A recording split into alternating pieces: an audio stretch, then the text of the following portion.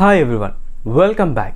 ఇవాల్టి వీడియోలో మనం ఏం డిస్కస్ చేద్దామనంటే ఫేక్ ఎక్స్పీరియన్స్ అనేటువంటిది ఒకవేళ వేరొక డొమైన్ నుంచి AWS డొమైన్లోకి రావాలి అన్నా or else long career gap ఉండి ఆ గ్యాప్ని ఫేక్ ఎక్స్పీరియన్స్ ద్వారా యాడ్ చేసుకోవాలి అన్నా సరే దానికి ఎంతవరకు AWS మీద ఫేక్ ఎక్స్పీరియన్స్ యాడ్ చేసుకోవచ్చు అనేటువంటిది అయితే మనం ఈ వీడియోలో అయితే డిస్కస్ చేద్దామండి. నేను ట్రైనింగ్స్ ఇచ్చేటప్పుడు కానీ ఆర్ ఎల్స్ యూట్యూబ్లో నా వీడియోస్ చూసిన వాళ్ళు కానీ లేదంటే వాట్సాప్ గ్రూప్స్లో ఉన్నటువంటి వాళ్ళు కానీ నన్ను రీచ్ అవుట్ ఎక్కువగా అడిగేటువంటిది ఏంటి అని అంటే ఎంతవరకు కూడా ఫేక్ ఎక్స్పీరియన్స్ అనేటువంటిది యాడ్ చేసుకోవచ్చు అనేది అడుగుతూ ఉంటారు. బట్ చాలా మంది ఏం చేస్తారంటేనండి బేస్డ్ ఆన్ ఈ ఎక్స్పీరియన్స్ని బట్టి కూడా సాలరీ ప్యాకేజ్ అనేటువంటిది డిసైడ్ అవుతూ ఉంటుంది కాబట్టి ఎక్కువ మంది ఏం చేస్తారంటే 4 years కానీ 5 years కానీ అట్లా పెట్టేసుకుందామని ట్రై చేస్తూ ఉంటారు. బట్ బేస్డ్ ఆన్ నాకున్నటువంటి AWS ఎక్స్పీరియన్స్లో నేను సజెస్ట్ చేసేది ఏంటి అని అంటే 2 or 3 years వరకు మాత్రమే ఫేక్ ఎక్స్పీరియన్స్ అయితే పెట్టుకోమని అయితే సజెస్ట్ చేస్తానండి.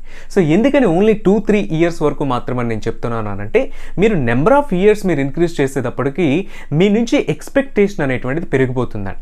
ఫస్ట్ థింగ్ ఏంటి అని అంటే ఇంటర్వ్యూస్లోకి వెళ్ళినప్పుడు మిమ్మల్ని అడిగేటువంటి క్వశ్చన్స్ అన్ని కూడా చేంజ్ అయిపోతాయి. 2-3 years వరకు ఏంటి అని అంటే బేసిక్ నుంచి కూడా ఇంటర్మీడియట్ లెవెల్ వరకు కూడా అడుగుతూ ఉంటారు. బట్ మీరు 3 years అనేటువంటి ఎప్పుడైతే క్రాస్ చేస్తూ ఉంటారో మీకు advanced level of questions like migrations అనేవి మీరు ఎట్లా చేస్తూ ఉంటారు, లేదంటే మీరు అడ్వాన్స్డ్ హ్యాండ్లింగ్ అనేటువంటిది AWS మీద మీరు ఎట్లా చేస్తారు అనేటువంటిది అంతా క్వశ్చనింగ్ అనేటువంటిది అంతా మీకు ఉంటుందండి. ఒకవేళ మీరు ఇంటర్వ్యూ అనేటువంటిది క్రాక్ చేసినప్పటికీ కూడా డైరెక్ట్గా మీరు ఒకసారి జాబ్కి వెళ్ళిన తర్వాత జాబ్లో డైరెక్ట్గా మిమ్మల్ని కొన్ని క్వశ్చన్స్ అడిగినప్పుడు లేదంటే ఏదైనా రిక్వైర్మెంట్ వచ్చినప్పుడు వెంటనే మిమ్మల్ని క్వశ్చన్స్ అడిగినప్పుడు మీరు వెంటనే ఆన్సర్ చేయగలిగేలాగా ఉండాలండి. లేదు అని అంటే అక్కడి నుంచి మిమ్మల్ని డిగ్రేడ్ చేయడం అనేటువంటిది స్టార్ట్ చేస్తూ ఉంటారు. కాబట్టి మీరు ఎంతవరకు క్యాపబుల్గా ఉంటారో అంతవరకు మాత్రం యాడ్ చేసుకోండి. ఈవెన్ నేను ఇచ్చేటువంటి ట్రైనింగ్ సెషన్స్లో కూడా ఉన్న వాళ్ళకి చెప్పేటువంటిది ఏంటి అని అంటే 2-3 years వరకు మాత్రమే మ్యాక్సిమం మనం ఫేక్ ఎక్స్పీరియన్స్ అనేటువంటిది యాడ్ చేసుకోవడం మంచిది. ఈవెన్ ఫేక్ ఎక్స్పీరియన్స్ అనేటువంటి తప్పేం కాదు.